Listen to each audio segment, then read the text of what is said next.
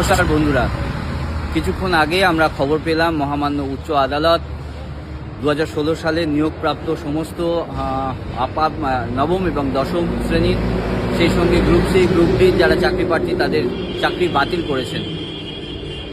খুবই দুর্ভাগ্যের বিষয় এটা যে চাকরি বাতিল।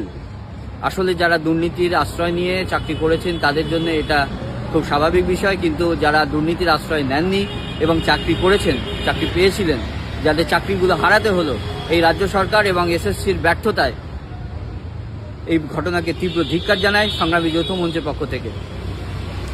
সংগ্রামী যৌথ মঞ্চের পক্ষ থেকে আরও একটি বার্তা আপনাদের দিতে চাই, যারা যোগ্য মেধাবী ছাত্র ছিলেন, যারা চাকরি করছিলেন, যাদের চাকরিগুলো বাতিল হলো, তাদের পাশে সংগ্রামী যৌথ মঞ্চ যেমন ছিল বিগত দিনে, আজও আছে এবং আগামী দিনে থাকবে। প্রয়োজনে সুপ্রিম কোর্টেও মুভ করা হবে সেই সমস্ত চাকরি প্রার্থীদের যাদের চাকরিগুলো বাতিল করা হলো।